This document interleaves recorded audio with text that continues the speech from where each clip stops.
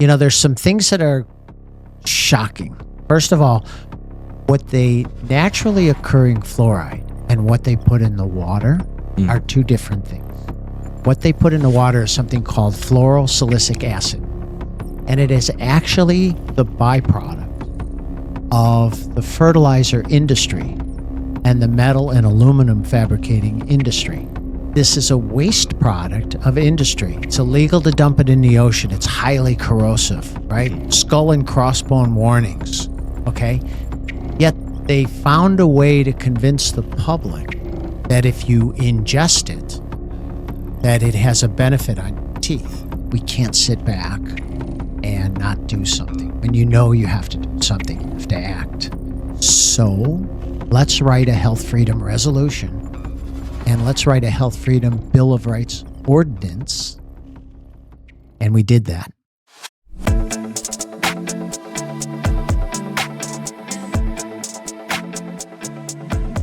Welcome back to another episode of Cypherpunk'd, where we explore money's history, crypto's future, and Web3's role in advancing human rights, freedom, and digital liberty.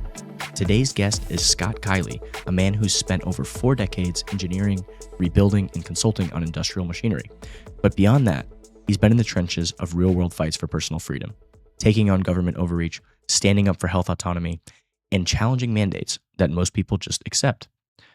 From fighting against mask and vaccine mandates to getting fluoride removed from public water, Scott isn't just talking about freedom. He's out there making things happen. Welcome, Scott. Thank you. Great to be here. So, Scott, before you started working as a freedom advocate, why don't you tell us a little bit about your journey from machinist apprentice to CEO of multiple successful companies? There you go. There you go. Well, my journey is kind of fun. It's definitely road less traveled. In that I didn't go to school, didn't go to college. I went to high school. I've always been an entrepreneur all my life. And one entrepreneurial venture I'd like to share, because it's really a fun story, and I don't know that I've ever shared this publicly. I can't wait. But in high school, we had a ski club, and it was called the Schaumburg Ski Club. And, teenage kids back in the 70s, you know what we were up to, right? It was no good, right? So if you got caught with marijuana, or if you got caught with alcohol, they would make your parents come up to Michigan and pick you up. Mm-hmm. So it was a bad deal. And, I grew up in Schaumburg, so, it's about an 8-hour drive for your folks to come get you. So after experiencing that kind of, tyranny at the time, I decided that I would start my own ski club. So back in 1978, I believe it was, 1978, there's no internet. You want to rent a bus, you pick up the yellow pages. You go to your dial phone, you dial the company, you rent a bus. And that's precisely what I did. I rented the same bus that our high school would rent. Mm-hmm. And I rented the same chalets that our high school would rent up in Michigan. And I made up a brochure and I put it on the copy machine and I passed it around the high school. We had a class of 600. And in a very short amount of time, I had all 40 seats on the bus sold for a ski trip up to Michigan that ultimately was unchaperoned. How old were you at the time? 16. Wow. So you must have made a pretty penny off that. Well, it was for a 16-year-old. You want to succeed in business, you have to know your cost, right? The cost was $100, and the cost per person was $100, and I charged $125, and 40 people went on the trip. So, made $1,000. Not bad in 1978. Plus the bus seated 44 people. So I went for free and 3 of my good friends would go for 3. I love it. That's awesome. So we did that 2 years in a row, and it was a wild success. And you could imagine the party on the way up and the party on the way down, and everybody survived. That was my first entrepreneurial experience. That's awesome. Yeah. Did Paul take you to our lab over there? I have not been in the lab. Oh, you've not been you've not seen the. I saw it from the door. R&D lab. I saw it from the door. It looks like there's a lot that's going on in there. A lot's going on in there. So you were a machinist apprentice? Yeah. So I got out of high school. I learned a trade. I learned how to rebuild printing presses. had big commercial web offset printing presses that print magazines and catalogs and publications. And you have a machine that's maybe a $5 to $10 million machine that runs for 20 years. When it's worn out, you're faced with replacing it for $10 million or $15 million, whatever the going rate is. And what we would do is we would come in and we would rebuild it or remanufacture it like new. Wow. Give it another 10 to 15 year life cycle. And we'd do that for maybe 30 to 50% the cost of. Wow. So we rebuilt presses really around the globe. And I took that trade experience and I started my own business, going to all the companies where we had done work, letting them know I'm in business, letting them know I can work on their presses, offering enhancements and upgrades and automation, and developed a customer base. And by the time we were done, sold in 2020. We had done work in 30 plus countries. Oh, wow. So you built this thing up. Yeah, we were the biggest company that remanufactured printing presses in the world. Wow. You see this continuing? Like, well, the printing industry, how did it change? The printing industry is definitely contracting. It's definitely evolving. They don't rebuild presses like they used to. As the industry shrinks rather than rebuilding machines, they cycle presses out because the volume of printed product is not as great as the capacity, right? So you're taking machinery out of the industry. Yeah. Printing is still there, but it's definitely shrinking. The evolution for us was into packaging. So we moved into packaging because everything packaged has a printed component to it. And it's very industrial based, right? Same type of machinery. And we developed a machine and a product that was adopted by Amazon. The machine we developed is a padded mailer. We had a partner in the technology, partner called Henkel, and we developed this padded mailer. It was a curbside recyclable padded mailer. And of course, Amazon needs to be sustainable. They need to be offering up a number of different products that are recyclable, as opposed to like the bubble wrap padded mailer, which ends up in the landfill and ultimately in the water stream, the water supply. So our padded mailer was adopted. We built the product. We had intellectual property on the padded mailer as well as the machine. And ultimately, I sold that company as well. Oh, wow. That's fantastic. Yeah. Good work. Yeah. Good stuff. I love it. It's been fun. Employed a lot of people. Really proud to have provided a lot of excellent jobs. That's awesome. That's awesome. So the company that you sold, is it like, what are they changing things? Are they just continuing what you've done? So the company that we sold, the company that we sold that manufactures the padded mailers, when we sold, we were making 200 million mailers a year for Amazon. And today, the company that we sold to, a big, large packaging company named Pregis, they make about 1 billion padded mailers. Wow, so they ramped it up. They ramped it up. They ramped it up big time. Wow. Yeah. It's a great opportunity. They jumped right into it, and it's been very successful. Wow. So this is so fascinating. So like, were you actively involved in, like, you said you partnered with a company called Henkel. How involved were you with like the design of the machinery components? Because that's your background. Like that's your trade. Yeah. The concept for the machine was really a collaboration between me and a few engineers that we had on staff. My partner, Paul Manassian's just a terrific guy. I've been a partner with for over 30 years. But it was my forte. It was like just a perfect hand in glove fit. It was that the project was made for me. I love it. That's awesome. Yeah. That's so so cool. What are some lessons that you've learned? I'm going off the script now, Paul, but what are some lessons you've learned over the years, being in business, being an executive, being a CEO? We were involved in those two companies I mentioned. We had an electrical contracting company. We have a fourth company that we still own today that my son runs for us with my partner, Paul. And, you just always have to be looking ahead. Markets change, industries change, sectors change. You have to be looking ahead. You have to be proactive, right? Like printing, right? So printing, we saw printing going down. We evolved into packaging. I love that. And the package we produced and the machine that we patented really was It was our coup d'etat, so to speak, for, we made money our entire career, but that really was the icing on the cake.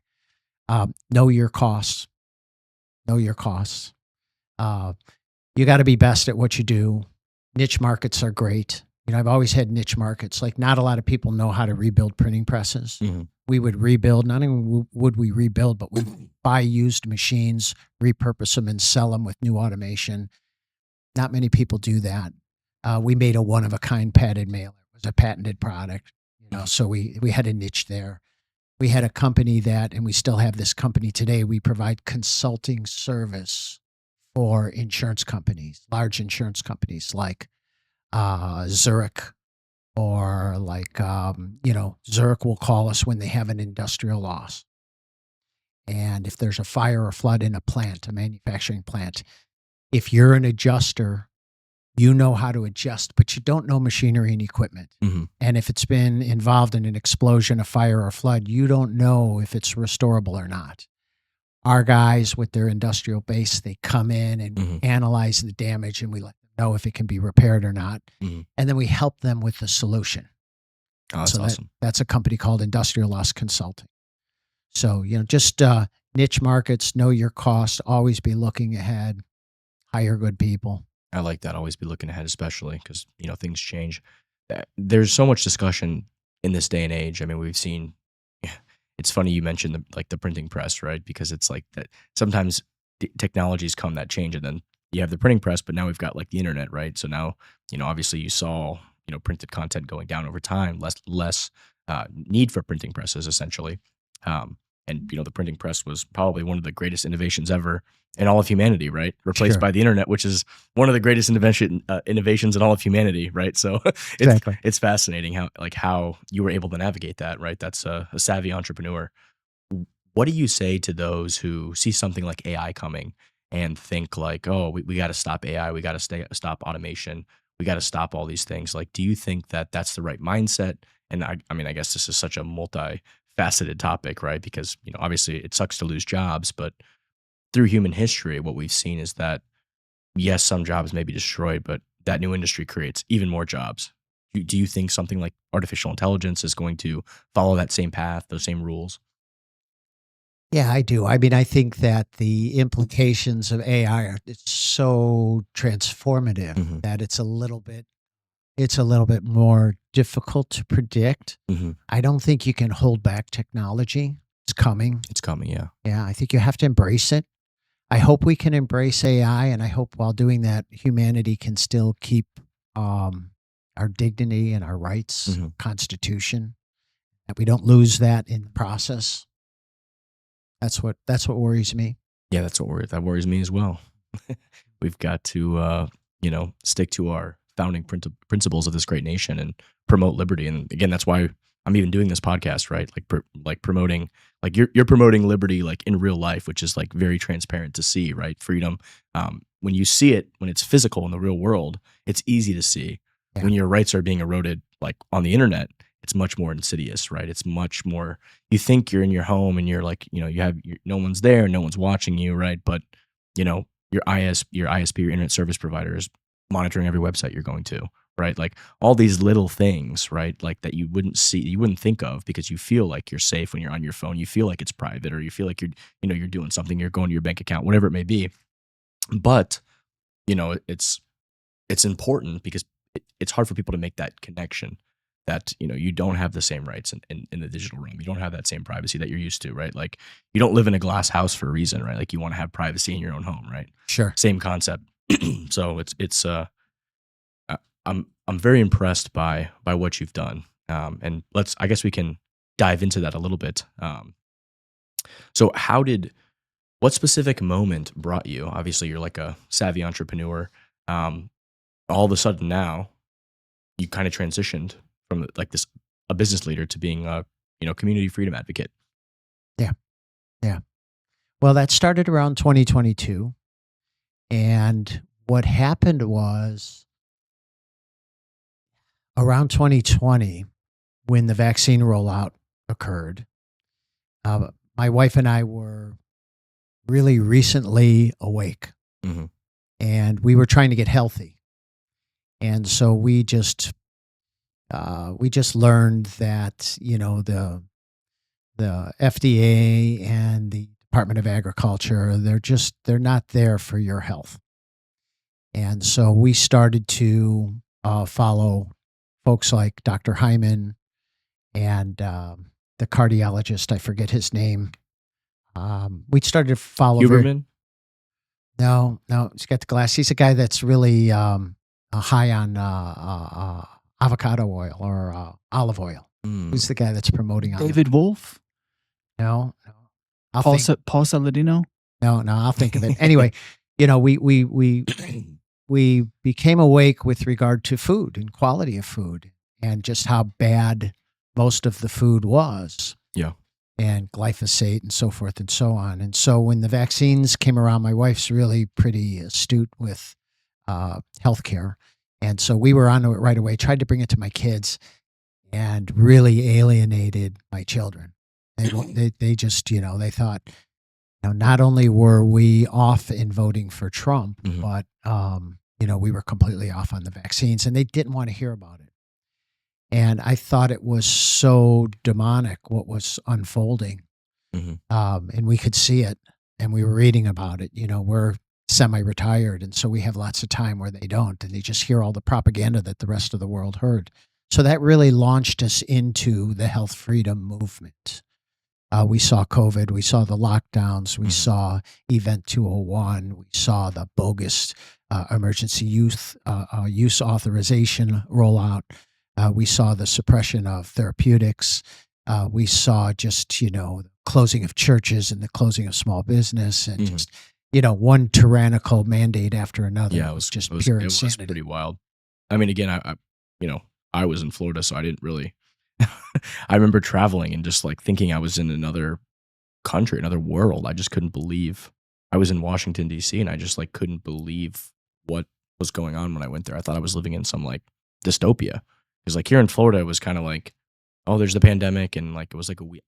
I don't know. I mean, were you in Florida when all this happened? So like there was like a week or two where it's like everybody stay home for a week or two. Like let's 2 weeks to flatten the curve seem reasonable. Everyone's kind of like, we'll chill. Sure. And then after 2 weeks, it was like, yeah, we're just gonna go back to like living our lives. And then DeSantis came out and was like, pretty pro freedom and saying like, hey, do your thing. That's pretty much what I remember. Yeah. And then it was just kind of like you heard about it in the news or you listened to it, but like, it just felt like we had returned to normal here in Florida. Sure. But then people were living in totally different realities in different places. So it was just kind of wild to witness that. It was. And so for us, we saw this unfold, and then we saw the predicament we were in with our kids, and we said to ourselves, we can't sit back and not do something. When you have to do something, you have to act. And so this revelation came to us around 2022. And we got involved with a group here locally called the COVID Tyranny Task Force. That sounds like it's appropriately named, right? COVID Tyranny Task Force. And really just a bunch of citizens that wanted to learn from one another, kind of a support group in tough times. And we would get together and share information. What my wife and I did is we went home and we said, at the time they were talking about monkeypox, and it seemed like they were going to roll out another, level of tyranny to keep us all down. And the rest of the country really hadn't fully recovered, right? This is 2022. And the first thing we did is we saw that our local government, Collier County, had taken a grant from the CDC for $1.4 million to help migrant farm workers in the city of Immokalee, which is in Collier County, to help them attain health care. And what we learned was it was really a campaign to get a shot in every arm. So if you imagine if you're a migrant farm worker and all you're trying to do is make a paycheck and save some money and keep from getting deported, and you get a knock on the door and someone tells you need a vaccine, you're going to comply. And so we thought it was just a travesty. We lobbied our commissioners, we taught them, we convinced them, we showed them who was behind the money and the fine print in the terms of the grant, which said you will comply with all future HHS mandates, which are strings for that $1.4 million. Now you're forced to comply. And we convinced them to send it back.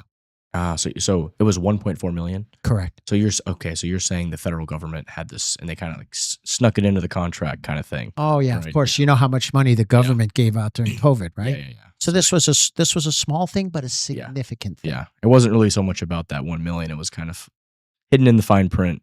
Hey, you've got to comply with whatever we tell you to do in the future, kind of thing. Yeah, that's exactly right. And really, what the money was being used for as well, right? Like they talked about, oh, well, we provide so much. We provide dental care and we provide counseling and provide just whatever these migrants need, right? But it was really a campaign to get a shot in every arm. We know how hard they were pushing. That was the first thing we did. Then the monkeypox scare came and we realized that all the tyranny that we faced, right? The closure of schools, the masking of our children, the mandates, the closure of our churches, right? The shuttering of businesses, the elimination of due process, really just the trampling on our Bill of Rights, and none of that had been dealt with. So we went home and said, well, we've gotten to know our county commissioners a bit. Let's write a health freedom resolution. And we did that. And let's write a health freedom Bill of Rights ordinance.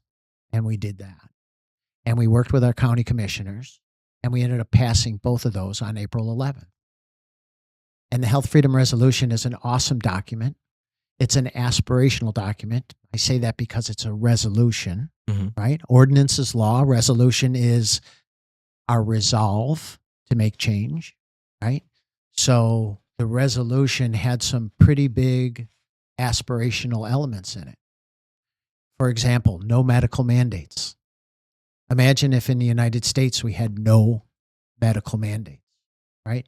Like right now, kids have to take certain vaccines to get into school. Now, there isn't a religious exemption, right? But in some states, they don't have a religious exemption. And we know that was under attack during COVID. So the fact that you have to have a religious exemption to determine whether or not you'll take a medical treatment or not is unacceptable. I agree with you completely. I completely agree with you. In a free society, there's no place for medical mandate. I totally agree with you. And I'm like, my point of view on all of the stuff that happened was like, I'm like, listen, if you want to wear a mask, if you want to get vaccinated, if you want to stay home and not go to work or do whatever you want to do, I got no problem with that. Like, because I got family members that, are on this side, on that side, and hey, they see somebody with a mask, they get all angry. It's like, listen, if that person wants to wear a mask, why are you getting angry? That's them. Let them do their thing.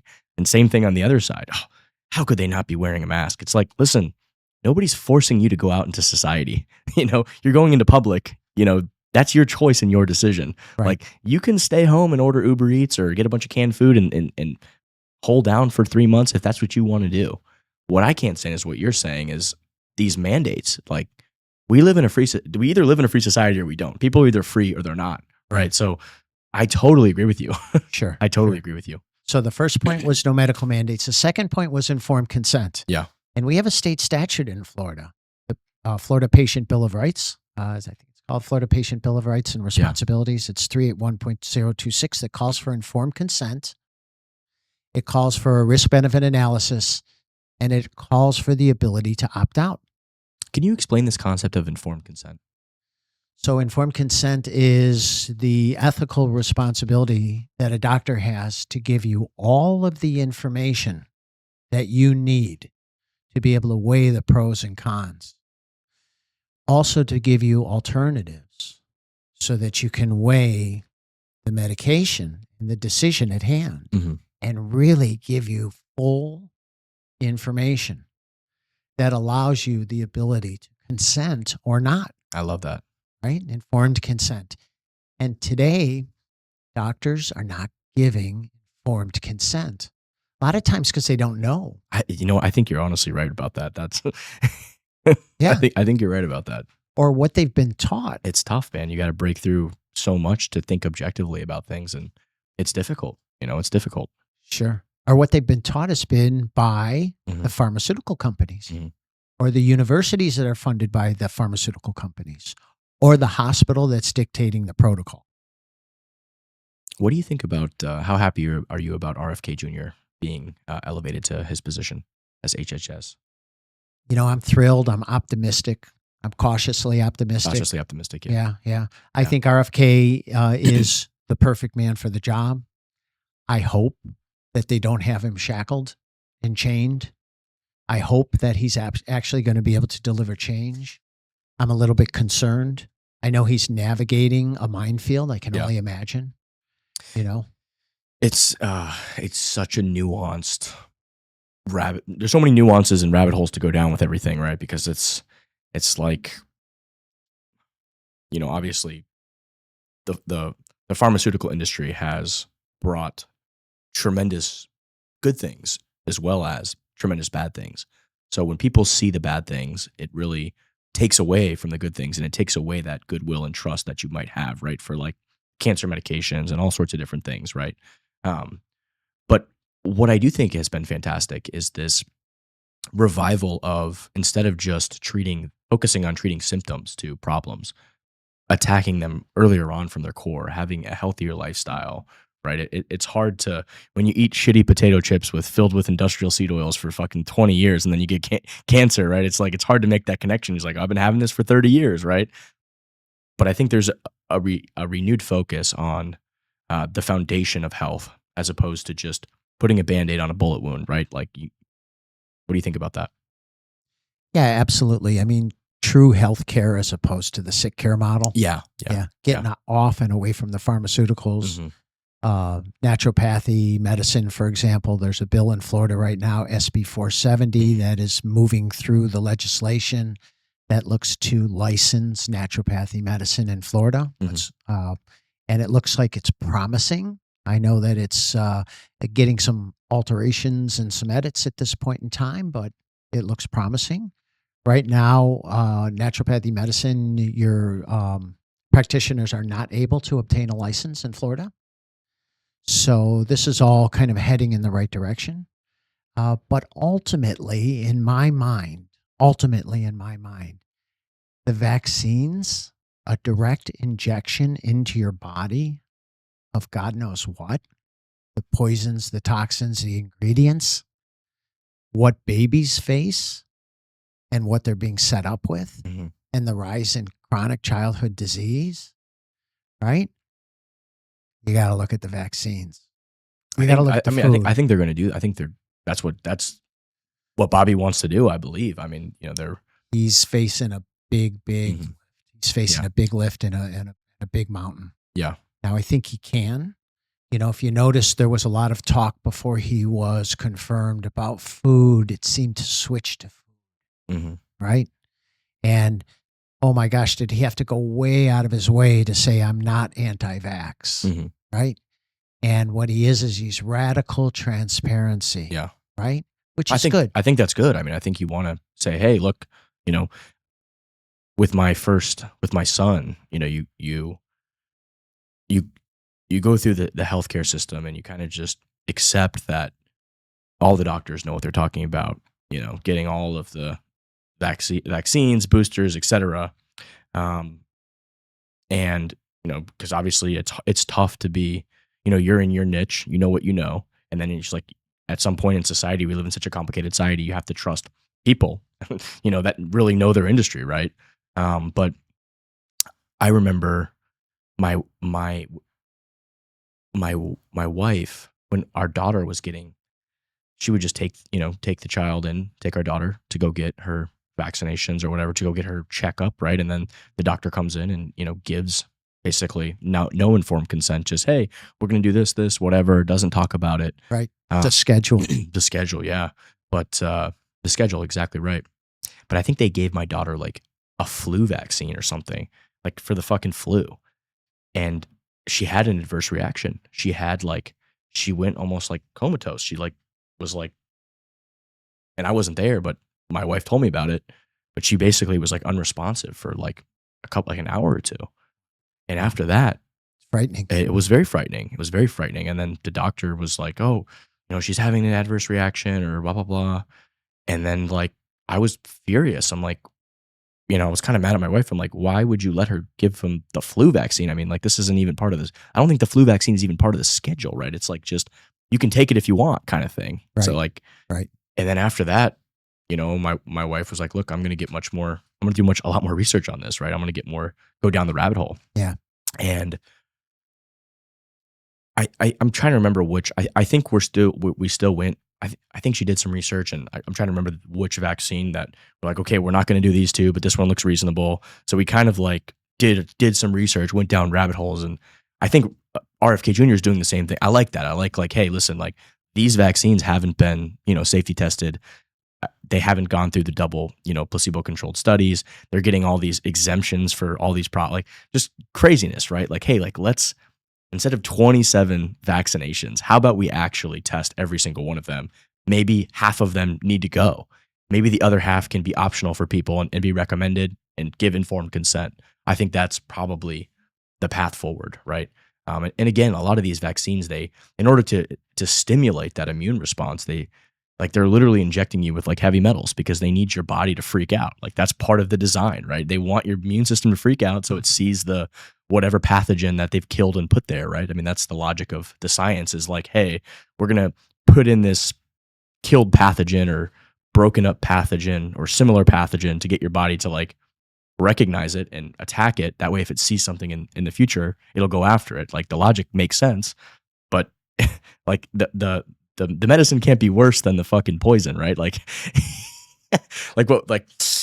yeah, that's what Trump said. Yeah. That's what Trump said about the COVID vaccine. And Trump, at least he did support therapeutics, right? He did try to bring that forward. I honestly, I had no issue with how Trump handled the situation. He said, look, we're going to rush this thing through. If you want to take it, it's an experimental thing. I think just being transparent, like saying, hey, like, listen, like, we created this thing, we rushed it through. It didn't really go through safety. There's probably going to be more side effects than there would from, a medicine or whatever that we've gone through. We've looked at for 15 years, right? Sure. I mean, that was obvious, but instead they lied about everything and they try to make it sound like this is the best thing since sliced bread. And they basically, people were telling truth stories and true information, and they suppressed it, censored it, lied about it, called it misinformation, it's just so Orwellian, right? It's like, it was just so unbelievable.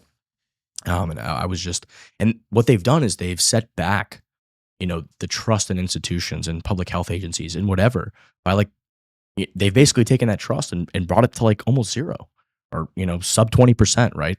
Sure. Like, there's still some people that are just, they believe everything, so, but like, that is probably going to end up costing more lives in the long run, because it's like the little boy who cried wolf. Like, when you cry wolf 5 times and, you lie every time, well, when the wolf is here, no one's going to believe you, right? When you have a medicine that is really going to help save people, and like, they can't trust you to be objective. They can't trust you to actually just present the facts so people can make their own decisions, right? So you might end up doing way more harm than good over the course of, the next 2 decades or whatever, right? Yeah. Well, in my mind now, we're in 2025, and you look at what's unfolded, and you look at the lack of accountability. Oh God. Right? You look at the fact that I believe Anthony Fauci is coming to Sarasota here soon to do like a speaking tour in a big auditorium. Yeah. That guy's traveling around doing speaking gigs. I mean, it's hard to believe. But there's been no real accountability, and there have been atrocities in my mind. They denied therapeutics. They sent people home to get sicker. They kept loved ones out of the hospital. If you had a power of attorney, they denied you your power of attorney. Hospitals acted on their own. They put you on a vent whether or not a family member wanted you. If you wanted ivermectin, you couldn't get ivermectin. That was fucking crazy, man. I couldn't believe what I watched that play out. And I'm like, guys, this has been like a fucking antiviral that, like, COVID is a virus. This is an antiviral that has worked on viruses for literally almost a century now. Like, like the disinformation campaign that they tried to run so they could keep their emergency use authorization. I mean, that was the whole thing. And like, I watched people that I knew, like, on social media, whatever, try to like defend this stuff, like doctors. Yeah. It's like, no, like, look at these 87 studies from all these other countries. Like, it's fucking working. Like, it's doing something. It's helping. Like, it doesn't do any harm. So like, what is this nonsense? You know what I mean? It was just, And they still Totally. attack it today. It's crazy. They still attack it Crazy. today. But Maddie, we created this health freedom resolution, right? Aspirational document. Yep. No mandates, informed consent. Love We it. wanted doctors to not be hunted, right? Because Mhm. doctors will get fired if Yeah. they go outside of the hospital protocol. Mhm. We wanted no discrimination based upon your vaccine status. We wanted a rejection of the WHO. We wanted no discrimination if you had a procedure coming up, right? They were denying people who needed kidney transplants or heart surgery. What did you get vaccinated? You need to get vaccinated before you go into that weakened state of facing major man. surgery. Yeah. We wanted no vaccine passports. So we created that. That's our aspirational document. We're actually working to bring to fruition today in a lot of different ways. We passed a Health Freedom Bill of Rights ordinance, which is law in Florida. And it takes away a lot of the discriminatory practices. It recognizes the Florida Patient Bill of Rights. It gives businesses a lot of rights that they didn't have that were, mandated via closure and masking mandates, so forth and so on. And then what we've done now is we've moved on to water fluoridation. I don't know if you want to talk about that at all. Sure. Yeah, we can go down that rabbit hole. I mean, I've been trying to figure out, I've been trying to understand and go down that rabbit hole for quite some time now, just personally, like doing more research about it, looking into it. I think it's pretty obvious that two things are true. You consume a lot of fluoride in your water. They've literally measured that IQ scores in children have gone down. It's a neurotoxin. Correct. It also does help with dental health because it mimics the the stuff that goes on your teeth that helps form a barrier for bacteria, because it's like a toxin, right? So it stops bacteria, right? So it does do that, but at what cost, right? Like At what cost? At what cost? The medicine can't be worse than the cure, right? So I think what my strategy is I use I brush, I think, every other day with a fluoridated toothpaste, and then the other days I don't. And then I just make sure that I rinse my mouth and spit. And for my children, I don't let them use fluoride yet. My son I say, look, you can use fluoridated toothpaste. It's, you don't want to swallow the fucking toothpaste because it's a neurotoxin, right? You don't want that in your body. Good to let him know that. You use it in your mouth, and then, you rinse your mouth out, you spit it out, Yeah. And then, again, in the water supply, I think two things are true, right? If you have fluoride in the water supply, it probably helps with the dental health, but it's a neurotoxin. It's lowering IQ scores of our children. So in my mind, that trade-off is not worth it, right? Well, there's a lot of myths with regard to water fluoridation. Started back in 1945. And, there's some things that are shocking. Mhm. There's some things that are shocking. First of all, what they naturally occurring fluoride and what they put in the water are two different things. What they put in the water is something called fluorosilicic acid. And it is actually the byproduct of the fertilizer industry and the metal and aluminum fabricating industry. And they put these scrubbers, these pollution containment devices on the stacks that the byproduct is exhausted from. Mhm. And they are called water scrubbers. And they end up with fluorosilicic acid. And this is a waste product of industry. It's illegal to dump it in the ocean. It's highly corrosive, right? Mhm. Skull and crossbone warnings, okay? Yet they found a way to convince the public that if you ingest it, that it has a benefit on your teeth, okay? And it is different than naturally occurring fluoride. And it is, in my mind, with the studying that I've done, and I'm not a doctor and I'm not a toxicologist, right? But I've done a lot of studying on it. And a fact that helps to compel common sense that most people don't know about, 95% does not fluoridate their water. Did you know that? I'm not surprised. I mean, 95%, right? How many people are there in the world? 9 billion? so there are, I think there's 7 billion. Last I checked, Paul, you can pull it up on Grok, find out how many people are in the world. But I mean, I'm not surprised. I mean, like half the planet barely has access to electricity, right? So We like, actually import other countries' industrial waste fluorosilicic acid to put it in our drinking water and feed it to our population. And it dumbs down your IQ. Well, isn't it illegal in Europe? It's against the law, right? In some countries, it's banned. Yeah, no, I mean, no doubt. It obviously, that effect has been well documented that it lowers IQ, right? So, And like side effects from any medication, once the money is flowing, yeah, okay, censorship kicks in. There's a vested interest in keeping it flowing, right? Yeah, you keep it rolling. You keep it rolling. Exactly. But there's been some monumental studies that have come out in the last 12 months that have really demonstrated the correlation with regard to loss of IQ. Mm-hmm. And then there was a federal judge ruling in September of 24 where a federal judge ruled for the people and against the EPA and cited unacceptable risk to children. Yeah, I agree with that completely. And babies, and cited that the EPA needs to act. But in this 7-year trial, the attorney, whose name is Michael Connett, he's a brilliant attorney, he was able to do what we haven't been able to do forever, which is depose and subpoena documents. And when you're able to depose and subpoena documents, you have a chance of unearthing the truth. Otherwise, they're just going to deceive. And so he got the CDC on stand in a deposition testimony to testify, to give their testimony under oath.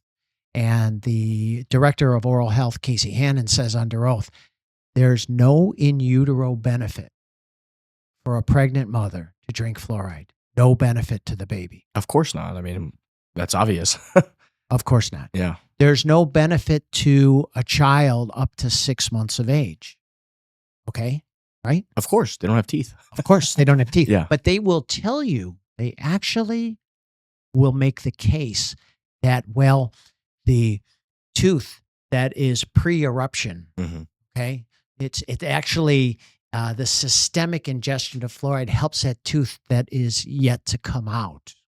No, yeah, that's insane. Isn't that insane? Yeah. So the mechanism of it is that, it's like a physical layer that you physically apply to your tooth, right? That mimics the kind of the natural, the enamel. It kind of protects that enamel because it's toxic. So it kills the bacteria that grows on your teeth. If there's any benefit, it's topical. Yeah, exactly. Even that's debatable. But here's the thing. A baby in utero and a newborn to 6 months, their brain barrier and their brain is still very much developing. Yeah. And this fluorosilicic acid is a neurotoxicant. For sure, no doubt. And it causes brain damage. So how can you force that on the population? How can you force that on pregnant mothers and their newborns? And really young children. Yeah. And fluoride you can't dose, right? If you're a baby that's being fed formula made from tap water, you're getting way overexposed. Of course.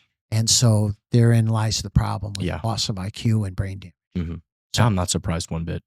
So we went on a rampage to get fluoride out. We did it in Collier County, unincorporated Collier County, and we worked with a whole bunch of great health freedom activists. This is not just my wife and I. This is just many people focused on this effort, right? A lot of great warriors in this town. We got it out in Collier. We got it out in the city of Naples. Marco Island has never had fluoride, right? And the smiles there are big and bright, right? Yeah, I mean, I think in this day and age, if you want to have fluoride and have it topically applied in toothpaste, I think that's, it's readily available, right? Like putting it in the water where people have no clue, I think is just, it's an idea that's time has passed and it's time to move on. Right. And accept the reality that it shouldn't be in the drinking water. So Collier County, Naples, then we did Immokalee, then we did Lee County. And since Surgeon General's guidance letter, which was November 22nd of 2024, where he calls public water fluoridation public health malpractice, okay, so he wants it out. Since that time, my wife and I, working with Stand for Health Freedom and other health freedom advocates around the state, we've removed fluoride in 19 cities and counties in Florida. There's now a majority of counties do not fluoridate. That's awesome. Yesterday, we were in Miami-Dade, working in Miami-Dade. We were in North Miami Beach, working in North Miami Beach. And there's a farm bill now that looks to ban fluoride in the state of Florida. You've got RFK Jr. talking about getting rid of fluoride. So there's definitely a movement in the right direction. When you say ban fluoride, you mean in the drinking water? Is that what you're saying? Yeah. Okay. Yeah. Yeah. Okay. Get it out of the drinking. That makes perfect sense. Yeah, I'm not a fan of just banning things in general. Mandates, no. That's why we love the local level. That's why we love the local advocacy. Mm-hmm. Even, state laws and ordinances, if you can do it on a local level, the closer you are to the people, the better off it is. Yeah. I like that. I think that makes a lot of sense. I'd be interested to see, because all over the United States, the federated system is all these different states, right? And certain states do things differently. I'd be very curious to see, even in different counties, right? Like one county might have, 0.05 level of fluoridation. The other county might have a higher one. I'd be interested to see the dynamics. Have you guys collected any data ahead, like pre-data and compared post-data, to see children's scores, test scores, all these different things?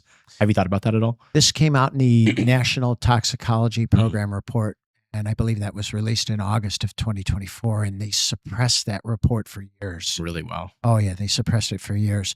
And that shows a direct neurological harm at 1.5 parts per million. Mm-hmm. Now, the safe level of fluoridation, at least what the United States EPA calls safe, is 0.7 parts per million. That's what they call the optimal level, right?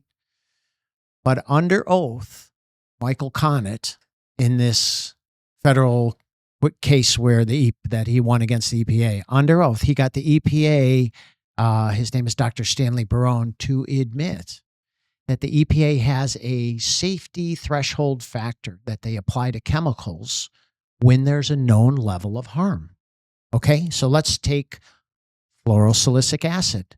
The NPT report, the NTP report, finds a level of harm at 1.5 parts per million. Now, you might say, well, that's double the optimal rate that we fluoridate to, right? Mm-hmm. We fluoridate to 0.7, 1.5 is double. Yeah. Surely that's safe, right? Mm-hmm. But the reality is the EPA's own safety standard is a minimum 10x below a known level of harm. Oh, wow. 10x. So it should be 0.015 as opposed to 0.7. It should be 0.15. I'm sorry, 0.15, yeah. 0.15, which is naturally occurring in most water supplies. You asked as it is. that. Okay. So it's already there at that level. It's already there. So that means adding additional fluoride, not only is it unnecessary, it's unsafe. Mm-hmm. Right? Did they just decide, is this science-based, or they just decide hey, if it's toxic at this level, 10% of that is what's safe? Is that just something they came up with for all elements and chemicals, or is that? Yeah, is it science-based? You would think you find a level of harm, you go 10 times below it. My guess because is not all chemicals are the same. Some of them might be way more harmful at even that rate. That's and exactly. Some of them are different, right? They might not be. It might be 50%. They might be okay, right? That's exactly right. Yeah. So to your point, 10x is the minimum. Mm-hmm. Some chemicals 30x, some 100x. So they're not limited to a 10x threshold. That's just the minimum. So imagine if it was 30x, right? Interesting. Yeah. And this was revealed in under oath testimony. So, in documents on their website, when they're talking, when they're being interviewed, they say one thing. When they're under oath, they say another. That's funny. I know RFK's had a lot of stories about that, about how they'll be somewhere and they'll have the conversation and he'll be like, well, show me the evidence, and we've got it, and they don't want to send it, That's right. Then they admit a year later, they gaslight and they say, we don't really have these studies. We never actually did them, right? I think that was with some of the vaccines they said. So that's wild. But Maddie, just to close the loop here on this health advocacy thing, if I can. So we're using fluoride as a stepping stone, right? So if we think about COVID and we think about the atrocities and the lawlessness that unfolded and the trampling on our Constitution, and really how we haven't received justice for that, right? There's been no accountability. The CDC still recommends 6-month-old babies get the COVID injection. That's just insane. It's horrific. Yeah. It's horrific. So there's been no justice. There's been no accountability. We're using fluoride to awaken the masses to what is wrong with our regulating agencies, right? To how we have to take back control of our own healthcare, to, how much work we have to do. I mean, they've been putting fluoride in the water now for 75 years. Yeah. And really, it's a dumping of an industrial waste, and we're drinking it, right? So if you think about that, if you think about what they did with COVID, we're trying to use it as a stepping stone to awaken the people. Now that we have RFK Jr. in, right? That man needs support. That man needs support. Just like Surgeon General Latipo comes out against the vaccine or he comes out against fluoride, he's one man. Yeah. If we, the people, do not rise up in mass and give him the support that they need, whoever it might be, right? If we don't support like in the biggest way, bigger than ever before, I think RFK Jr. will remain shackled. So we're trying to use fluoride and we're trying to we started local, we went through the state, now we want to go national, and we want to build that grassroots local advocacy so we can get done the more meaningful things that we need to get done, like end mandates. I love it. One quote attributed to you is, "We will not support tyranny from above that violates our Constitution." In your view, what are the most concerning forms of government or institutional overreach still happening today? As it relates to healthcare? Anything. Well, my focus certainly is on, we're on healthcare freedom. Mm-hmm. And I would have to say, number one is medical mandates. And on the resolution that we produced, that was number one. Yeah. And, I just believe that, when you expose just how bad these pharmaceuticals are, these vaccines, and profit-driven it all is, it's pretty easy to see how important it is to eliminate mandates. Yeah. Taxpayer-funded vaccines, taxpayer-funded medical treatments. It's just ripe for conflict of interest and corruption. How do you navigate that in the sense of, obviously, like there's some public health goals or some cancers or some diseases that might not receive attention because it's almost like a lottery ticket. Like if you're a business, like you're going to go after, like you said, know your cost. You're going to go after something that you know and understand and you're so sure of. But with some of these diseases and things, for a company to go after, to target that, it almost makes sense to have some kind of funding to target something. So how do you what is the right balance there? Like, have you thought through that at all? Like, hey, if there's this rare cancer that we want to solve, but no company's going to go try to solve that rare cancer just because it's, it's like a lottery ticket, right? But hey, if I can get a grant to set up I can set 10 researchers on it for 10 years and, get this grant to do it. We're going to try to attack it that way. It's tricky. Yeah. Of course, Reagan said, the worst thing you want to hear is a knock on the door, and you open the door and it's someone who says, "Hey, I'm here from the government and I'm here to help," right? Right. Yeah. And so do you want the government in your healthcare in any way, shape, I think or it's form? clear. I don't want my government doing the job, the healthcare. I want an entrepreneur like you to actually tackle and solve that problem. Sure. If they throw the money at it, to pay you to solve the problem, then it's a problem you wouldn't naturally go after. Sure. I But the guess I'm just government trying is dictating policy, right? Mhm. They're dictating policy and protocol, like Mhm. COVID mandates. Yeah. My goodness. Or, vaccine mandates for children to get into school. So, Mhm. I certainly don't want to partner with a bureaucrat when it comes to my healthcare decisions. No And- doubt and- about that. And I don't want my doctor being mandated to follow a protocol, or he's going to lose his job or his license. Mhm. And that protocol comes from the health agency, that protocol comes from the government, and the government is being compelled by big pharma, right? I mean, it's just terrible overreach. And so I think that's number one. That's where my mind is at. Mhm. Interesting. Yeah, it's there. So much has happened in such a short period of time. whether it comes to, health freedom, like you mentioned, but also, like I told you, I had BJ Dichter, who led the, Canadian Trucker Freedom Convoy for same thing. And then they went after his literally his bank accounts, where they decided that, oh, you're a terrorist now. They relabeled, they took emergency, authorization, total essentially like totalitarianism, authoritarianism, and just said, hey, we're just going to like shut off all your bank accounts and stuff. Sure. So I think equally as bad is really censorship, right? Freedom of speech, the erosion of, our First Amendment. Yeah. Boy, oh boy, you talk about an end to our constitutional republic if they can censor our speech. Did you see J.D. Vance go to Europe? It was some security conference. J.D. Vance went there and gave a speech about 2 weeks ago. He knocked it out of the park. Oh, I mean, he just crushed it. He crushed it, knocked it out of the park. Just basically said, look, listen, like, we're allies, but how can we, our cultures are diverging in a fundamentally different way. It's like, we support free speech and you're literally throwing people in jail. Exactly. for like having an opinion, like just crazy. Exactly. Like crazy. You'd think that would happen in a Western country. So however we have to secure and preserve free speech, especially with, the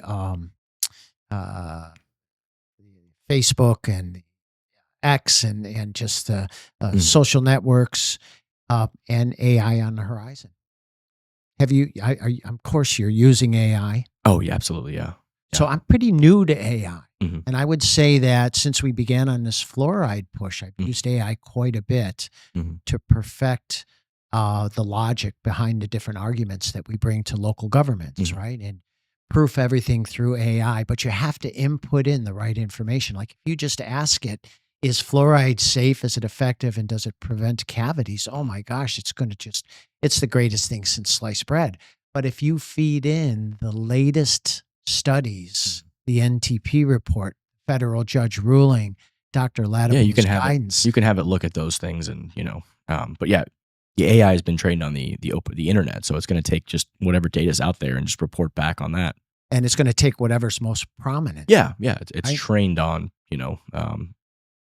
all of the information that's out there. So it will poll, you kind of have to learn how to prompt it, talk to it. And, the AI is also built with human feedback, right? So it's baked in with the biases. They call it reinforced human learning, RHLF or something, reinforced human learning feedback or whatever.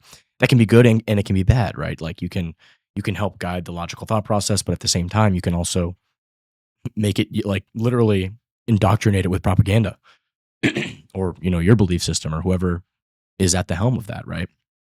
So it is an interesting time. It's an interesting time to be alive. How do we reach people that historically I've always been very libertarian leaning, pro freedom. Like that's kind of has always been my ethos, live and let live.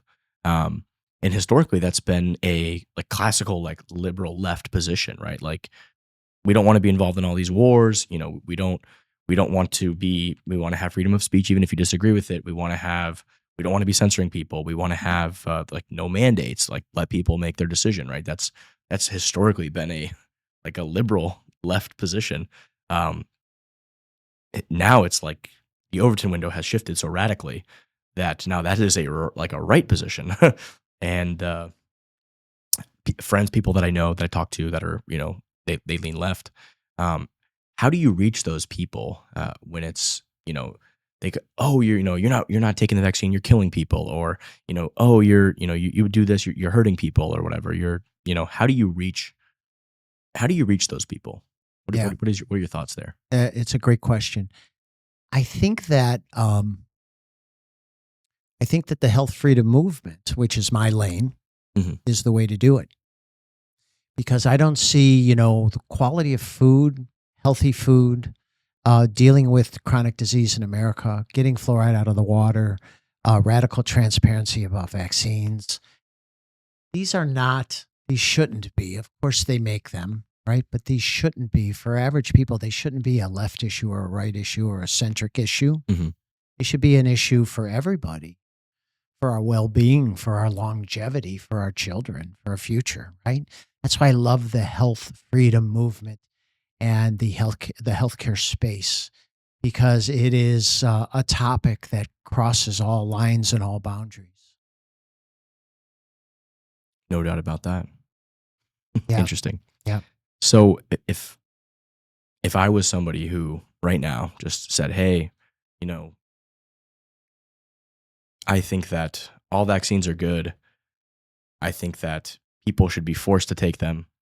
How would you have a conversation with me and get me to see your point of view? How would you engage me? I guess is the question. I'll tell you with the COVID vaccine, what I've read from the experts and the data that I've seen, there's never been a vaccine, and it's really not even a vaccine. It's a gene therapy, right? It's still an experimental injection. Of course. There's never been anything that's really performed worse. It doesn't keep you from getting infected. It doesn't keep you from transmitting. I'm not sure really what it does. There is maybe lessen your symptoms a little bit or something. Yeah, I think that's garbage too. I really do.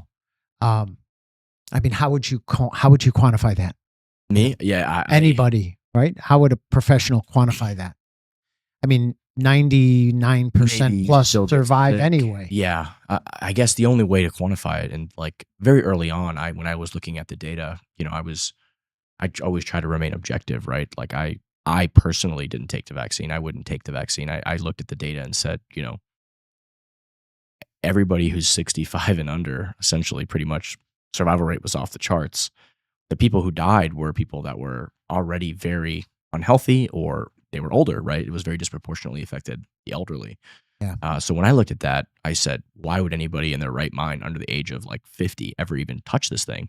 And that was kind of my thought. But then I looked at the data of people who were 65, 75 and above and actually got infected with the virus. Like the mortality rate was very high for those people, right? Sick, unhealthy, older, very extremely old. Might have been the hospital protocols. Might have had a lot to do with it. I think there was a cruise ship I remember reading about early on, very early in the thing, where it was like a lot of old people on a cruise. And when I saw that data, I was like, oh, there are a lot of older people on this cruise, and I think the mortality rate was like 5%. It was like a lot of people on that cruise ship got COVID and died before it became a big thing. It was very early on. So very early, I looked at that and I said, older people are very susceptible to the virus, whereas like younger people started getting it and it was just they were fine, right? Like they would have symptoms, they might lose the sense of smell, or there was a couple of different things, right? Like me personally, I had no symptoms whatsoever. And I got a blood test to test the antibodies, and they're like, "Oh, yeah, you had COVID." And I'm like, I never even knew, right? Like just like any other cold, flu, whatever. I just had and then I was like, people were like trying to push me to take the vaccine. I'm like, I have the antibodies. Why would I take a vaccine that would? This is like anti-scientific. And then you hear doctors, people saying, I said, do you hear what you're saying? I mean, do you understand basic biology? Like, sure. I already have the resistance. Why would I take a vaccine that's going to give me the same resistance? It just doesn't make sense. Natural immunity is historically, biologically, scientifically always better than a vaccine. Like a vaccine can be good if it gives you that artificial, it lets your immune system see it. But why would I need that after I already have natural immunity? It turned into almost like a cult. People were like, cult. It was like, you're not making any sense. This is not real science. Like, this is not scientific at all. You'd almost think it's a culling of the population. I don't know what it was. I think it was just people are just dumber than we give them credit for in a lot of ways. I don't know. I really don't know what to think. What the final conclusion that I came to and what I thought was, if you're 65 and under, I would not touch the vaccine. If you're old and unhealthy and you get COVID, I would much rather risk going through an adverse reaction from the vaccine than being exposed to the actual virus itself if you're older. That was my final conclusion after looking at it, after studying it, spending hours researching. I said, if you're 65 and older, you have comorbidities, and you want to take the vaccine, I think probably not a bad decision. That was my personal opinion. If you're young, healthy children, what the fuck are you doing? Why are you closing schools? Why are you doing all this crazy shit? I think DeSantis had the right idea here in Florida too, because what he did was he really focused on the elderly nursing homes. And he made, I think they did more strict procedures for the elderly here in Florida, whether you're a nursing home or whatever. And I think that was probably where you wanted to have more protection for people. So I liked that instinct by him. I thought that was a rational, reasonable thing to do. Looking at the data, looking at the people who were actually dying, like 98% of those people were 65 and above. So that was kind of how I approached and dealt with the situation and processed it personally. Yeah. Well, our Surgeon General Latipo, in a guidance letter, January 3rd, 2024, said he called for the removal of the COVID vaccine, the ending of the COVID vaccine. And I thought, surely this is going to do it. And through Stand for Health Freedom, we created a petition now for our governor to give him the support from the citizens. We sent it around the state. We got 28,000 signatures sent to Governor DeSantis asking him to pull the mRNA injection. Never heard anything. What do you mean pull it? Can you explain that? Take it off the market, not offer it in Florida. Pull it. That's a term they use when they stop a certain medication because of, well, for whatever reason. They use the term pull it. So when you say pull it, you mean, so like I would be against that. I would be like, let people decide. If you want it, take it. If not, don't take it. That's kind of how I look at everything. What if it's a bioweapon? What if it's a gene therapy? What if it's there truly to cull the population? Informed consent. People have to make their own decision. We're not getting it. Yeah, I mean, people have to get the info. I think the internet is available. People can research. They can look at different things. I think you have to. What if shedding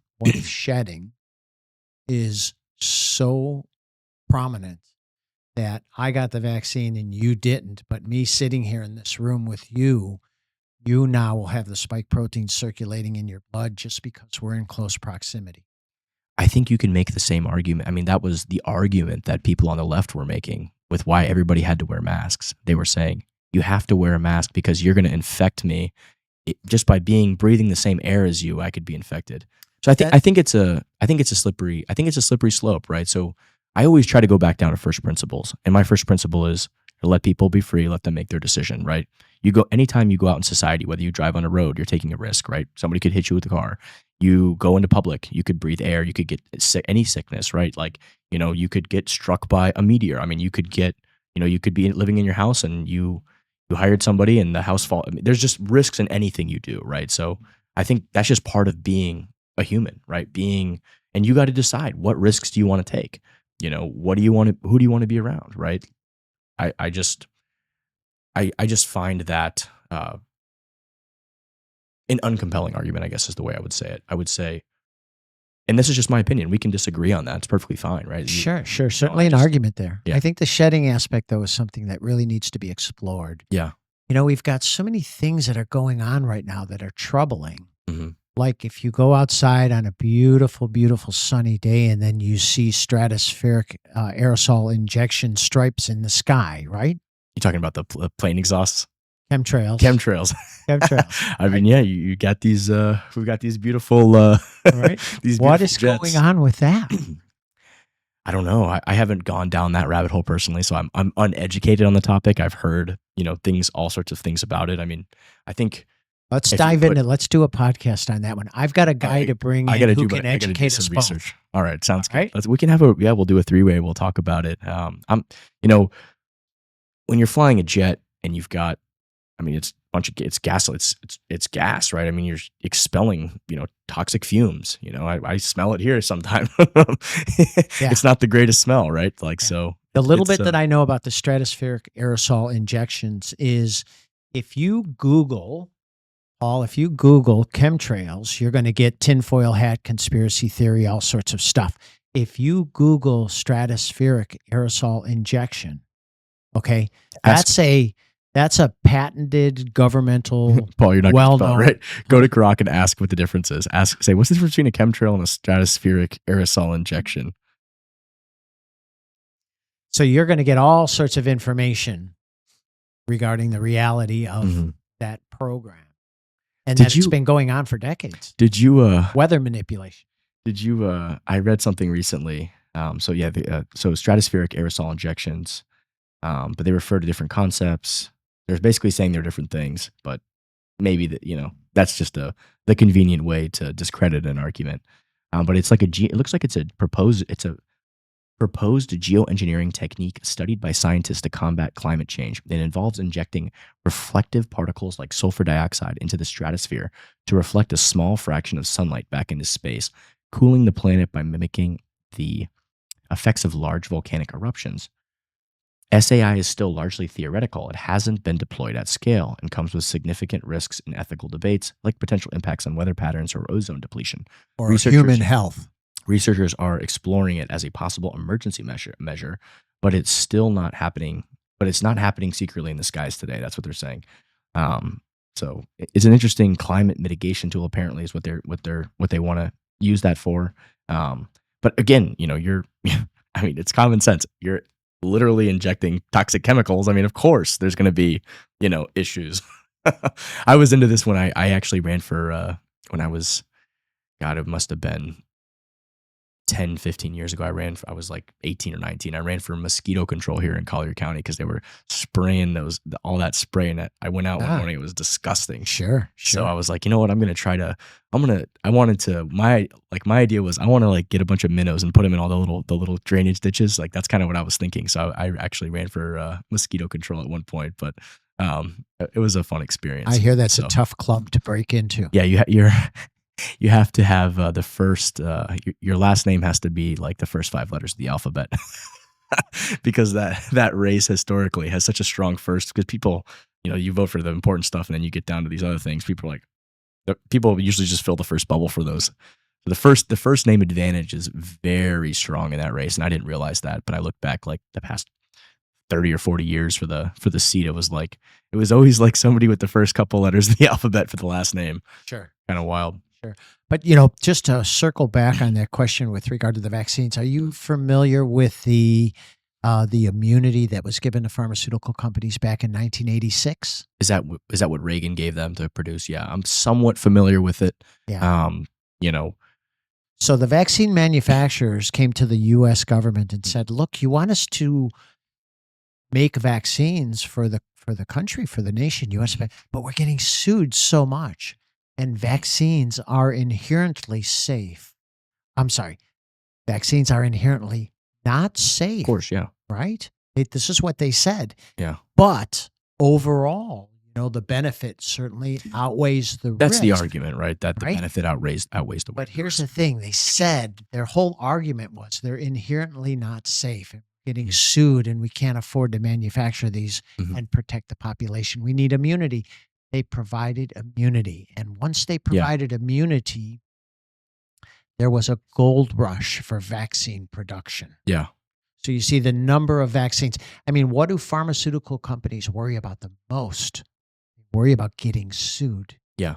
So if you can have a product, think about this. Of course, business model. It's just no brainer. Immune from prosecution, but better yet, taxpayer funded. Yeah. Name your price. Show me the incentives and I'll show you the outcome. It's obvious that there's a misaligned incentives there. We've ballooned up to having, instead of 3 or 4 vaccines for things that, have been well studied and are critical, there's 27 that you gotta, it's obvious. You can see the incentives.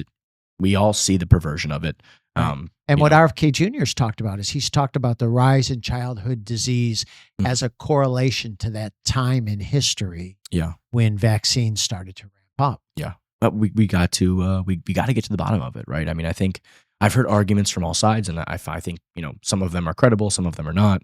One of them being, that we're better at detecting these things now, right? And then if you unpack that a little further and you look at who's getting money to declare, if your child's autistic, who's getting money to do it? And all of a sudden these autism cases are going up, because I was following that rabbit hole the other day. It was like, holy shit. In these states where if the school declares the child autistic, they get an extra money from the government. And then all of a sudden you see everybody's autistic now. It's going through the roof, right? Yeah. So, one thing I learned in statistics is correlation does not always imply causality, right? My degree is statistics based. So, you can look at 2 things and say, hey, shark attacks and ice cream sales are correlated, right? Does one cause the other? No. What is the actual causal agent of that? Well, it's summer. People go to the beach in summer. People buy ice cream in summer, right? So you've got to It's not causation. There you go. Correlation doesn't always imply causation. Now, do I think there's probably some connection there? I think there probably is. It makes sense if you're injecting children with, all these vaccines, and, each vaccine has a heavy metal in it to try to stimulate an immune response. Of course there might be some problems there. It's causing some, brain issues, and like that makes logical sense. Sure. We got to get to the bottom of it, right? There's no acceptable reason that these vaccines should not have been double placebo controlled. We didn't use the gold standard of science to test a lot of them, which I heard RFK Jr. talking about the other day. He went back and forth about that with the NIH or whoever it was at the time, and he said, yeah, we got it. And then, push comes to shove, it's no, we never did these studies, right? So never did the studies, yeah, right? And then you've got, what does that do? That just you've literally crushed people's, perception and trust in public institutions for decades now. Sure. I mean, that trust needs radical transparency. It needs to be rebuilt, it's because right now it's damn near zero. I believe that. So true. Yeah, that's exactly right. And with vaccines, there's plenty of subsets of the population that have never been vaccinated. They won't study and compare the unvaccinated to the vaccinated. And there's a reason that they won't study that. Oh, you mean like zero autistic kids amongst the Amish? There you go. I mean, again, you have to realize, maybe there are autistic kids in the Amish, but I don't think they don't even use cars, right? So they don't probably have the same doctor. You know what I mean? So there's some of that there as well. There's a big part of that. But like I said, that metric is being gamed to get public funds. I mean, if there's an incentive to declare somebody, autistic or any kind of, some of these things, right? Like if there's a money attached to that diagnosis, which we saw for COVID diagnosis, you watched how that played out when they said like, hey, all these hospitals need to close. You can't treat normal diseases, and you can only treat COVID patients. You can't do cancer surgeries. You can't do all this stuff. Like our hospital system. Our hospital system here is like one of the best in the world. We were at like 3% capacity, even in the worst times, 4% capacity. We're not like socialized countries like, Italy or Spain or all these places where they have a public, the whole healthcare system is socialized, and there's only like 5 hospitals or whatever, and nobody can get in access. We have one of the most robust healthcare systems in the entire world. Obviously I'm talking about on the private side. So when they banned all these hospitals from taking regular patients for cancer or regular things, but if you diagnose somebody with COVID, guess what? You got a $3,000 check per patient. I mean, can you blame the hospitals who couldn't do business? Money was there to treat COVID. Money was there. Yeah. And best part, the immunity was there, right? You can't get sued. All the other things that they do, they can get sued for. So the money was there for COVID, and the money was there to treat a person to death. Did you see that? They got paid all the way along the way, including a designation of death from COVID. Did you see that? That was the classic one where like somebody would get in a catastrophic car accident and die, and they'd be like, oh, COVID. Died of COVID. Died of COVID. I mean, you can't blame the hospital because they weren't allowed to see regular patients, and, they've got employees. They've got, like all the nurse has to do is write symptoms of COVID on the thing, and all of a sudden the government cuts a check for $3,000 or whatever the incentive was, right? So show me the incentive, and I'll show you the outcome. Well, it's pretty demonic to think that only so few doctors actually stood up to that fraud and tyranny. It's tough. I can see both sides. I can see that, you're trained in the system, and you're, inside the system, and, you trust the system, and you're doing it for so long. And like most people just don't think, hey, they're lying to me, right? You think like, okay, you've got this trust reserve kind of built up. So people that are in the medical industry, especially, and I watched a lot of doctors like defect over time. People kind of wake up and say, this is insane, right? This is absolutely insane. My dad is a doctor, and he told his PA, he said, you're young and healthy, don't get this vaccine. He told her, he said, they're seeing all sorts of rare cancers and all sorts of stuff, and she got a fucking rare cancer. And he thinks that was from the vaccine. Because I looked at the data early on, he looked at the data, and we kind of saw, hey, look, older people are really dying from this thing, but younger people, like, why would you take a risk of taking an experimental rushed out vaccine? It just made zero sense, right? Got to make you wonder why they're recommending it to Yeah. 6-month-old kids. Yeah. You know? I'm like torn between like, is this malicious or is this, ignorance, incompetence? I've watched so many different, people talking about it. I think, what was the guy? I think it was it Paul Malone or one of the guys who helped create Robert Malone. Robert Malone. Yeah. He went on Rogan and like I watched his podcast, and after I watched that, I leaned more towards these people are just fucking stupid, right? Because he knows. No, he mentioned he was one of the 12 initial researchers, and he was the only one out of those 12 that didn't receive a royalty payment. So that made it very clear that they were acting out of conflict. There's an aspect. They were self-interested. There's a self, by that financial gain rather than their medical oath. When your job depends on something, it's much harder to be objective, right? Whether that's intentional or unintentional, right? Your brain will trick you into thinking you're being objective when it's a conflict of interest, no doubt. But in that podcast episode, I watched. He talked about his interactions with people that weren't on the part of those 12-member board, people that were like kind of like lower level, mid-level staff, and he was just talking about studies were being done daily, right? The ivermectin stuff, all of these different plans, right? And he found out, I think one thing he recommended was he found out that the COVID virus, a lot of it lived in your nasal cavity and in your throat. And that's where the virus was propagating mostly, right? It was propagating up there. And that's why if you coughed or you breathed or you did stuff, it was spreading via the air very quickly, right? It was very fast spread. And what he found was that like if you use like these saline sprays, it would literally, you'd be killing it at source. And he's like, why are we not recommending this? I mean, this reduces the viral load drastically. And what he found was when he was talking to these people is that like they had basically come up with this plan to do the vaccine, and like they were not even willing to entertain it. At that point, they were like, hey, this is the strategy. Like he would be asking them, hey, have you seen this study? Have you seen this study? Have you looked at this? And they're basically like, no, we haven't looked at anything. So he's like, well, you're a fucking idiot. What are you doing? Like, and that's what we produce with doctors today. We produce doctors that follow protocols. So doctors that were critical thinkers looked at this right away and they said, well, blood clotting, well, we need an anticoagulant. Virus, we need an antiviral. And what's the last one? Inflammation. We need an anti-inflammatory. And those doctors that came up with the protocols early on that ultimately crushed, right? Threatened to have license revoked, smeared, and just really, really put down. That's what they looked at.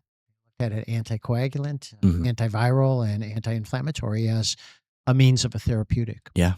We've got a cardiologist here in Naples who, you talk about doctors. Do they know or do they not know?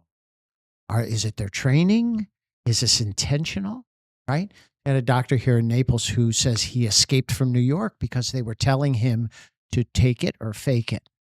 Yeah. Take it or fake it, which means the doctors that are faking it know better. Yeah. But they're not telling their patients.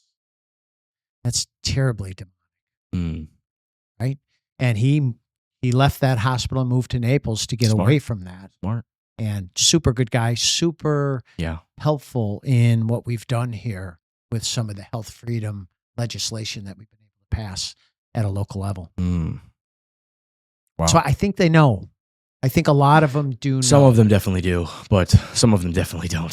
Some of them definitely do. Some of them are bought in. It's again, when it's tough to know. It's like that moment with Neo in the Matrix, right? When you when he has that choice and he's got the red pill and the blue pill, and it's like, hey, do you want to wake up and just go back into the reality, or do you want to see what reality really is, right? A lot of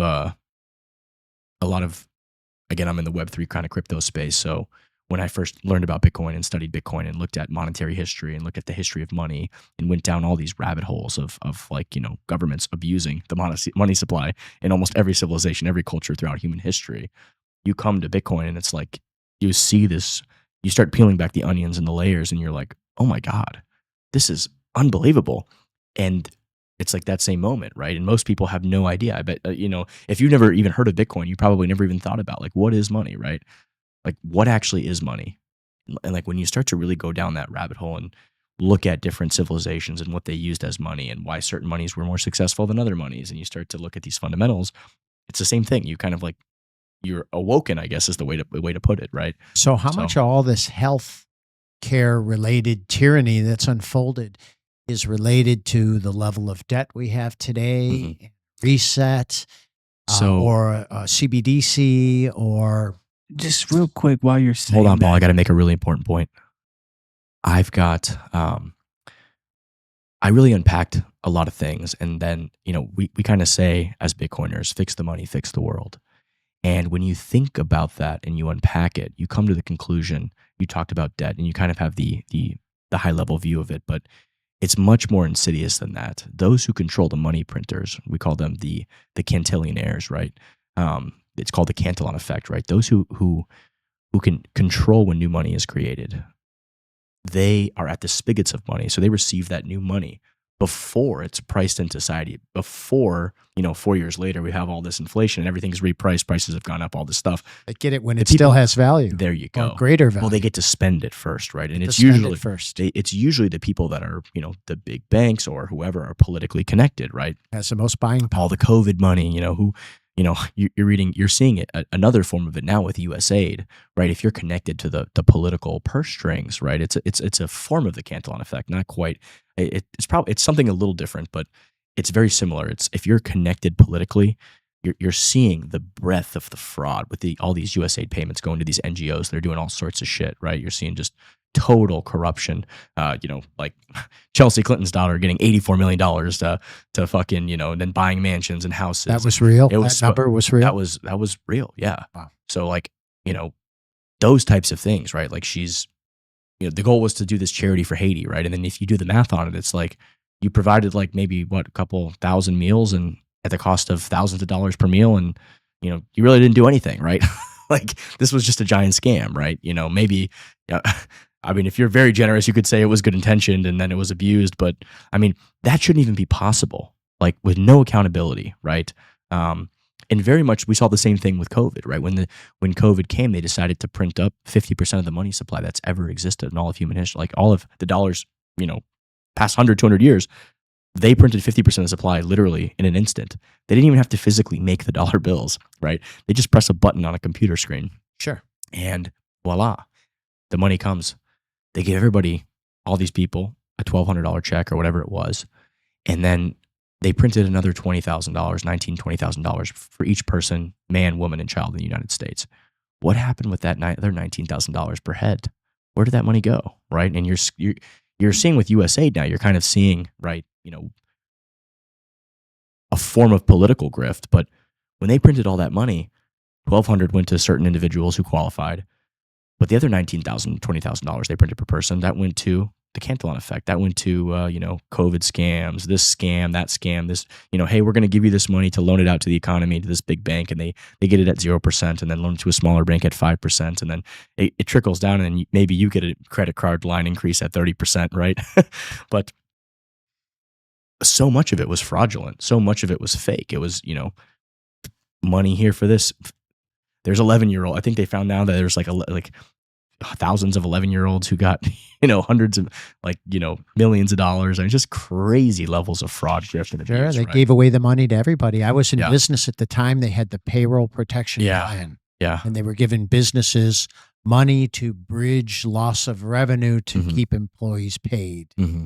And you just had to fill out the form and let them know what your payroll was, and you got a check. And I know people who just made fake LLCs and just got way more, hundreds of thousands of dollars, just crazy in this, so the government is super incompetent, whether that's, some of it probably intentional, but a lot of it probably just, the fact that they have the ability to even do that, right? And then now what we've got 4 years later was, 50 level high years of inflation. You've got the rents have doubled for the average person, right? You got that $1,200 check, but guess what? Now your rent's $1,000 more every single month, right? So you watch the repricing of actual real assets and goods in society. And what it does is it just further exacerbates the wealth gap, the wealth inequality gap, because the wealthiest people, you and me, we have assets that appreciate. The poorest people can't get by, right? So once you peel back this layer, you kind of I came to the conclusion that fix the money, fix the world. It's at the base of everything. No government should be able to press a button and essentially steal value from the poorest people and savers in general, right? People, they should not be able to debase the currency like that. It's totally unchecked. Ever since we went off the gold standard in 1971, there's been no check on that ability for governments to do that. And if you study the history of fiat currencies, it's overwhelming that every single one of them essentially has failed because government can't be trusted to debase the currency. Right. History is full of breaches of that trust. Well, Quote Satoshi Nakamoto. isn't there a saying that inflation is an invisible tax? It's the most insidious tax. There's What a I was famous gonna philosopher mention- to quote that mentioned that. So, have you guys heard of Event 201? Yes. Event 201, yeah. I've So- vaguely heard of it. RFK brought this, Mhm. into the spotlight, but Yeah. apparently this is not a conspiracy, right? This is a documented event, and apparently in 2019, the Johns Hopkins Center for Health Security, the Mhm. WEF, and the Bill and Gates Melinda Foundation simulated a global outbreak of a fictional coronavirus to test how leaders would respond. Yeah. Right? The scenario involved a virus jumping from animals to humans, leading to millions of deaths and economic chaos. So essentially, exactly what we experienced. Yeah, I mean, And their idea was to have this data on how, to essentially herd, the collective. And, would you argue was this intentional, right? If this was a public health drill, or rather a, tyranny drill, a rehearsal for tyranny, right? I think we can't really accredit them benefit of doubt when we see that they ran a drill precisely mimicking what we saw unfold. I'll let Scott give his take on this, and then I'll give my take. Yeah, this simulation was October of 19, as you said. And from what I understand, Paul, there are many, many, many simulations that have unfolded prior to historical events that have, just been, historic in nature. And Oh, you mean like 9/11 when they did the fire drill the day before for a terrorist attack? Right. From what I understand, this simulation type event, there's a history of many of those unfolding before a variety of catastrophes. It's a way to get people ready and aligned and in lockstep with regard to how they're going to respond. Mm-hmm.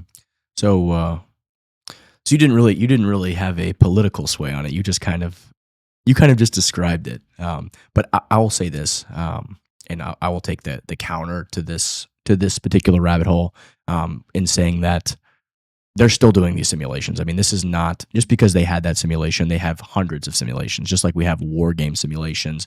It's like the person who calls for a recession every year, and eventually the recession comes, and they're like, "Oh, I predicted it, right?" It's like, no, you've been calling for a recession every single quarter for every single year for the past 20 years, and then eventually, of course, there's going to be a recession, right? So it's like, oh, look, I predicted it, right?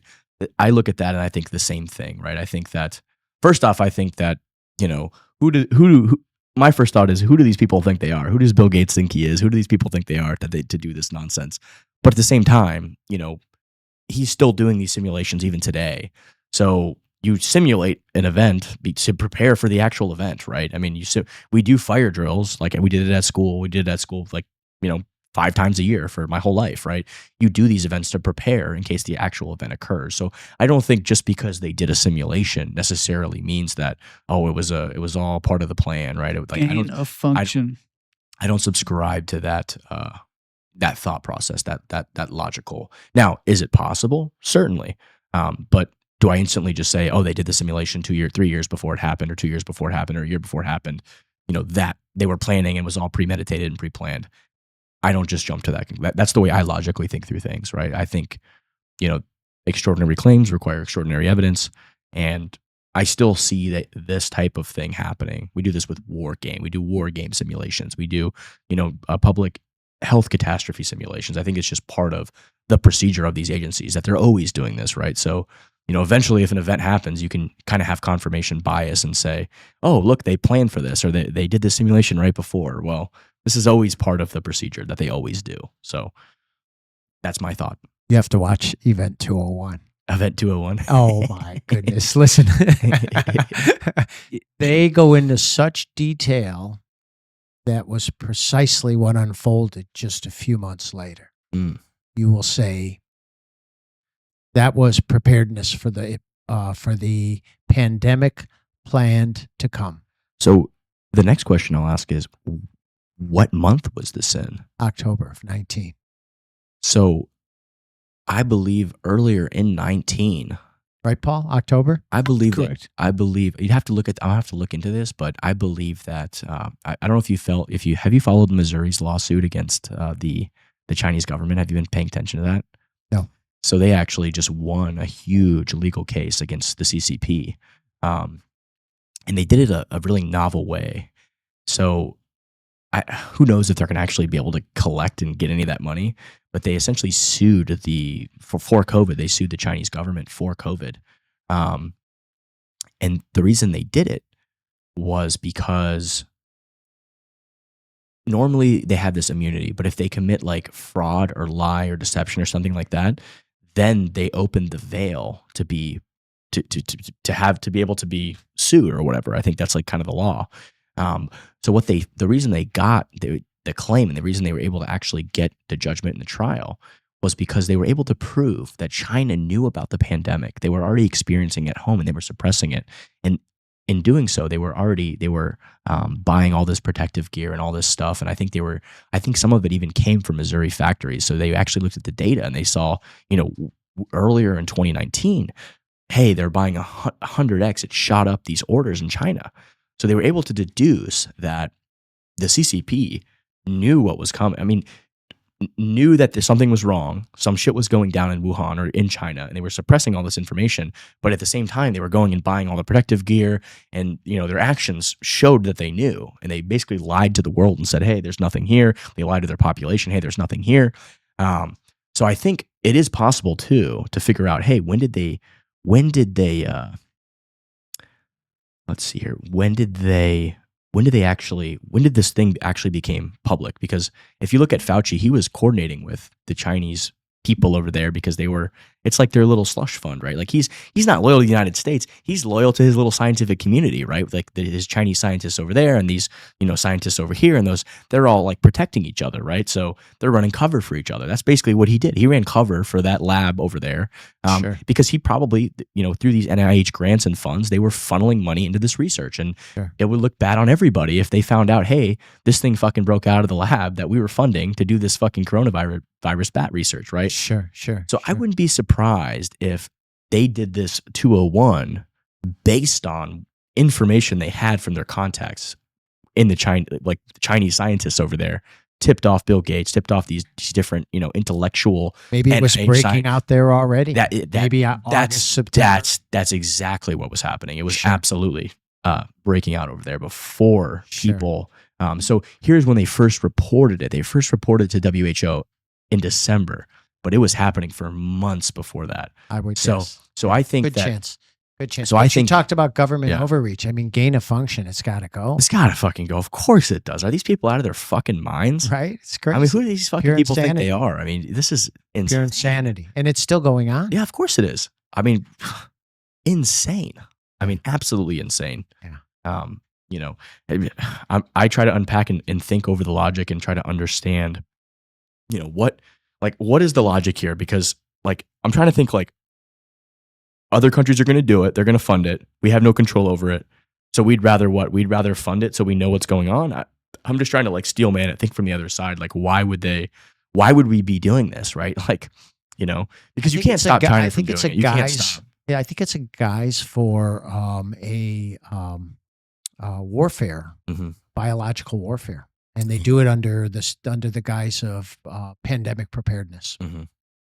But why would we do that? Why would we be doing that in Ukraine, or why would we be doing that in China or in Russia or in Well, I India think or any of that's- these countries? I Why would we be? That's because, from what I've heard, the central bankers often fund both sides or all sides of a war. Mhm.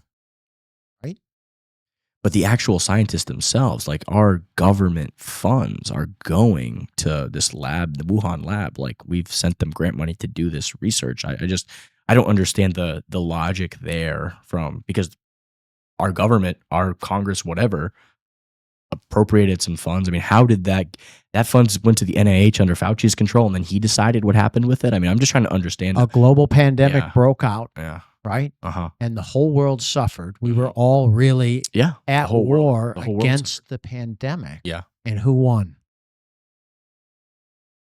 I mean, Who got all the money? the money went to governments. It went to, all the connected insiders who benefited off of the catastrophe. It went to Nancy pharmaceutical Pelosi. companies. It went to Congress people who bet on all these stocks. I mean, yeah, it's It went to all of look at the all wealth. the globalists and Yeah. all the pharmaceutical companies, I would Yeah. imagine, all the elitists. Uh-huh. They're the ones that won. Yeah. They're the ones that knew the pandemic was coming. They knew how to place their bets. They were positioned to benefit from all money, right? Mhm. So why would you fund the Wuhan lab? The globalists. We've been doing it for a long time, though. This wasn't like, I believe personally that I think I read early on that there was all the people who worked there were like sick first. I think there was some strong evidence of that, and the CCP silenced. So I don't think, from when I looked into it, I don't think it was intentional. I think it broke out from the staff, the lax staff be there. They actually had different teams of scientists going to that lab for like 10 years. And then they always reported that, hey, they've got terrible protocol. But isn't it crazy that we Yeah. haven't gotten to the bottom of all this? I mean, I kind of knew very early. I agreed. I knew very early on when they immediately came out and said this is a conspiracy theory. To me, that was like, because I'm a first principles thinker. I'm like, Occam's razor, right? That's what I use when I make decisions. I think like if I hear hooves, like, I think horses. I don't think zebras, right? So like when they're right away, they're like, this is a conspiracy theory. It came out of this lab. It's like, even Jon Stewart, who's like very left, you saw how he's like, it's literally a lab in the city where it broke out that studies bat coronaviruses research. And They were he got so invested. Like he got how crushed could you after that. possibly say that this could be like without any evidence or any research? So to me, that was like extremely suspicious. So right away, I was like, at first I would have been like, I was thinking like, okay, well, I need a little bit more evidence here. But that tipped me off right away. That was like, oh my God, they've got some to come out right away and have the media saying this is a conspiracy. Like right away, I was like, there's something here. They know something. They're pushing this angle. How could they possibly label with no evidence something so quickly to be a conspiracy? So that's hit me off right away. Well, and that was on everything too. Yeah. I mean, it was on therapeutics and the lockdowns, and you must do this and you must do that. I mean, they pushed it hard. Mm-hmm. There was no wiggle room. Yeah. It was all planned out. There's a website you should check out. It's called dailyclout.io. Have you heard of this website? I haven't, but we can have Paul pull it up real quick and check it out. This is Dr. Naomi Wolf. No, she's not a medical doctor. I have heard of her. What she did is she gathered over 3,000 doctors to sift through the Pfizer documents that were court-ordered released. Now do you remember they wanted 75 years of immunity, yeah. They wanted that's insane. The FDA or the CDC to hide conceal those documents for 75 years. And a federal judge in Texas ordered them to be released. And so now you get however many thousands and thousands of pages of the trial documents from Pfizer. Mm-hmm. And they're written in a way to obfuscate. They're written in a way to obfuscate, to deceive. And so you need really medical professionals to sift through them. And she's written an incredible book, and she's highlighted in various papers, I think approximately 100 papers, the most damning evidence against Pfizer and what they knew and what they concealed from the public prior to the rollout of the vaccine. Have you seen the Veritas stuff? I think he interviewed, he found one of these execs and saying all this stuff. I mean, again, I'm not surprised because the government probably was saying, look, you can't have you say anything. We need to have this emergency use authorization to push to push the mandates and all the stuff that they wanted to do. That was part of their strategy. So they were probably all together in on that, like saying, hey, we need to make sure that this is essentially, we got to gaslight the public and lie to people to get them to take this, because we don't want anybody to be vaccine hesitant, as what they like to call it. They were suppressing factually true information what they to knew, vaccine hesitancy. Yeah, with what they knew pre-rollout. They should be ashamed of themselves. No, it's beyond that. Yeah, it's beyond that. With what they knew pre-rollout, you got to conclude something else. Not shame. It's in my opinion, it's way beyond that. Yeah, and there's a summary. I call it a summary because it's several years after Naomi Wolf's study, where she does an interview with Del Bigtree on the High Wire, and really talks about a summary of all of their findings. Mm-hmm. It's a spectacular 1-hour interview. You have to watch it. Yeah, I'll definitely check it out. Check it out. It's definitely eye-opening. Wow, what a fascinating conversation. Mm-hmm. I'm sure I've learned a lot today, and I'm sure you have as well. It's been fun, Maddie. It's been fun. What's next for Scott Kiley? Well, I'll tell you what. Let's get Ryan Kinsner in here to talk about stratospheric aerosol injection. Okay, let's do it. He'll blow your mind. There was something I wanted to tell you about. Like, it relates to this, right? The same topic, the same kind of similar compounds they're using to try to reflect the thing. They changed some law recently where they made it so ships couldn't pollute the oceans or something like that. I don't know if you've ever heard this story, but it's kind of funny. Mm-hmm. And like, you'd think like, oh, this stop the pollution, like, it would stop global warming and all of this. But what they found was the temperature started to rise faster. And what they realized was that like the chemical that they were putting into the ocean was on top of the water, and it was actually reflecting sunlight, keeping the earth actually cooler. So it was kind of an interesting little fascinating tidbit of kind of similar to what that stratospheric oxygen strategy was talking about. So they actually stopped the pollution, and getting rid of the pollution actually, it allowed more sunlight to penetrate and less to reflect. It was kind of a funny. Yeah.